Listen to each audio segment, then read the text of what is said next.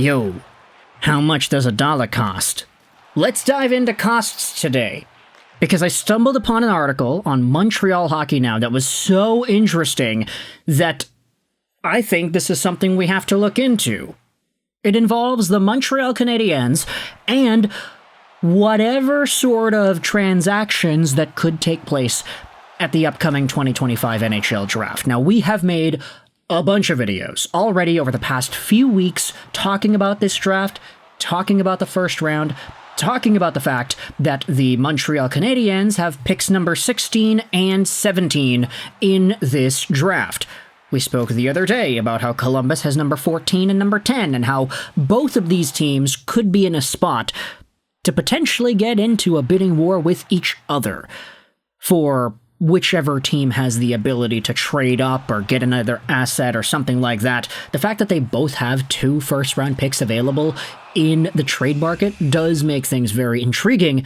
But what I wanted to do was refer to a piece published by Mark Dumont on May 23rd, 2025, which goes out there and establishes the cost of moving up in the 2025 draft. This article on Montreal Hockey Now will be linked in the description. You could go out there and read it yourself. But Dumont writes here that with the Montreal Canadiens' 16th and 17th overall picks in the draft, they may want to trade one or both of these picks for an established NHL player. Or they could trade them to move up in the draft to select a player they identified as a good value pick. That was the case last season when the Habs traded this 26th overall pick, a 2nd, and a 7th to the LA Kings in exchange for the 21st overall pick. Montreal used that 21st overall pick to nab Michael Hage, one of the most interesting players in their current prospect pool. Now, that is one of the trades that people don't really talk about much. You traded 26, 57, and 198th for 21st. That's a lot of picks going around in one trade, but nobody really remembers it because it's like, hey, you're just trading away draft picks. There are no players getting moved here, so we can just go in one year, out the other, just get the picks and solidify it with the draft order. All things considered, this Habs trade with the LA Kings provided fantastic value to the Canadiens, especially since the second-round pick they had sent to LA was very late and thus carried very low value. The 7th-round pick's value was negligible. I would have quickly shut down the trade discussion if I worked for the Kings, but I digress. The trade does provide some sort of framework when discussing a potential move this offseason. It'll likely cost the Canadiens more to move up this year, but their initial pick value was higher, mitigating some of that potential cost. This is where we dive into the numbers, because yes, it is a good introduction into talking about how much picks will need to be evaluated and discussed in order to move up in a draft, but this is where Dumont says we'll use the Matt Perry's pick value model this time around, but there are several good options out there, including Michael Schucker's original pick value chart, as well as Dom Luszczyszyn's more modern chart. This is all via Puckpedia.com. You can say that the number 1 pick value, valued at 100%, is the first overall pick.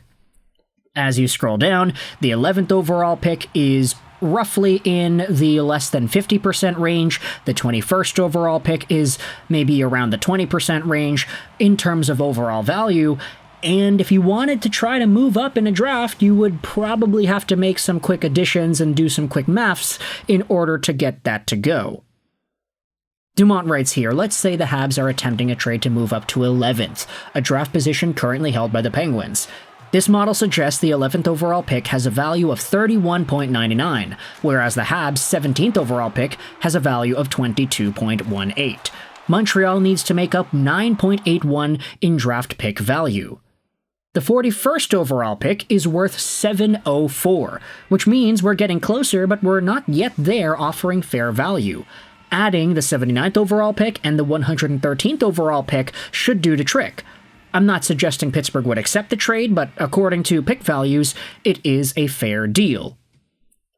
So, Montreal sending over 17, 41, 79th, and 113 to get the 11th overall pick is what's being proposed here. According to the model, it's an equal value trade. Again, who knows if the Pittsburgh Penguins would be interested in moving down 6 spots all by getting 79th and 113th, but it is a thought process here that you do have to at least ponder about. And it's kind of, let's just say, coordinated with some of the other trades we had seen in the past, where all these picks are getting swapped around. Oh, you move up 2, 3, 4 spots and you only give up a 4th or something. Depending on how early it is in the draft, that can be a lot higher of a return for the team that's giving up the higher spot. This is where the article says, if the Canadiens wanted to move up a few spots, let's say 16th to 13th instead, the cost would be a little more reasonable. The 13th overall pick has a value of 28.14, while the 16th overall pick holds a value of 23.51. To make up the difference, Montreal would have to add the 49th pick, which has a value of 5.19. Fair trade, courtesy of the model. Given the discrepancy of talent in the first round this year, moving up seems to almost always add more value to the organization that is acquiring the better pick.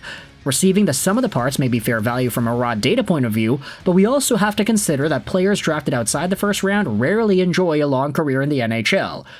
With that in mind, if the Canadiens cannot use their picks to trade for an NHL-ready player, moving up in the draft as they did last season is probably the best way to add value to a prospect cupboard. Now, I'm sitting here thinking about, oh yeah, not all second-round picks or third-round picks have a good chance of making a long-term NHL future for themselves, unless their names are Lane Hutson. But I digress. I get it. It's a different situation. You cannot project Lane Hutson's path, success rate, and ceiling onto anybody, really, in the next few years because he is so unique and so rare and so skilled. But there is some value to be had here in talking about the Canadiens potentially moving up and trying to maximize the value of the things that they have. Maximize the value of their first-round pick by trading it away with some other stuff to grab a prospect that is even more valuable or even more of a steal. Michael Hage is looking like that right now. That guy is a menace in the NCAA. If you wanted to go over to the Canadiens and their draft picks, guess what? The Habs have 2 first-round picks, 2 second-round picks, 3 third-round picks, and 2 fourth-round picks in this 2025 NHL draft, plus their 5th, their 6th, and their 7th. Kent Hughes has been a madman, acquiring these draft picks like candy, taking them like candy from a baby. And now, if the Habs really wanted to expand, sure, from a data analysis point of view, it might actually be an equal trade if the Habs sent over 2 thirds, a second, and 2 fourths for another first-round pick or whatever. Or if they traded away 2 of their first plus a third and a second or something for the first overall pick. Obviously, that's never going to happen. You're never going to see a team that's at the very top of the draft give away that right to drafting a potential elite franchise talent. But Montreal has the assets to mathematically make it work from a data analysis point of view. So here, acknowledging just how valuable these picks are and looking at the curve, seeing just how far down draft picks are evaluated as you get further into the draft. Obviously, it's kind of disappointing if you're trying to trade all your thirds for a first or whatever, but there is a theory that says the Canadiens can make something happen because they do have 2 first-round picks and 2 picks that are generally seen as decently valuable. The Canadiens have them all. So with that in mind, I want you to let me know your thoughts in the comment section below. How do you feel about the Habs and their potential trade options here? What are your thoughts on the cost to move up? Do you agree with this model? Do you think, hypothetically, if the Canadiens traded 17, 41, 79th, and 113th for 11th overall, do you think that makes sense? There's a lot of ground to cover with 6 picks in the first round of an entry draft, and I'm wondering what your thought process is on if it's worth it. Let me know in the comments section all your opinions about the Canadiens and this draft scenario. I hope you enjoyed this video. 9 and bye.